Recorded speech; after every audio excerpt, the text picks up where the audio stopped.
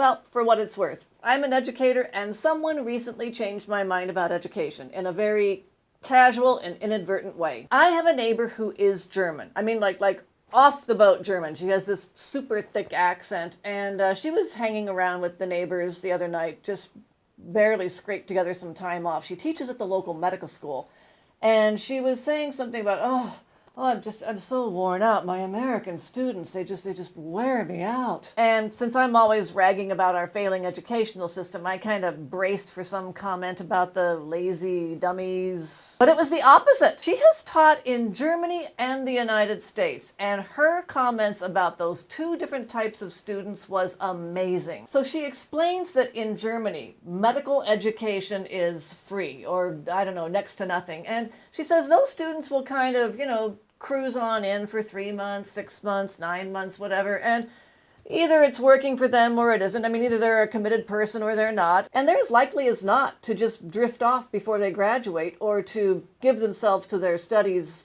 not entirely enthusiastically. Whereas, she said, the thing is, my American students are paying for their education. They want to get every penny's worth out of this investment they're making. And she says that her American students are doing all this reading beyond their textbooks, all this work beyond the assigned curriculum. Like they're reading these articles, they're asking her about this cutting edge research, and she doesn't even know the answers. She has to go home and do all this independent research of her own in order to just keep up with her students. Because after investing all this money, or investing, if not money, then all the blood, sweat, and tears of getting through high school and an undergraduate program, with good enough grades and enough work to qualify for a merit-based scholarship. Either way, they own their education. They own it, and they've earned it. But what we're looking at on the other side is a lower quality of education and a lower quality of graduates. So the scales fell off my eyes. In the past, I have flirted with the idea of,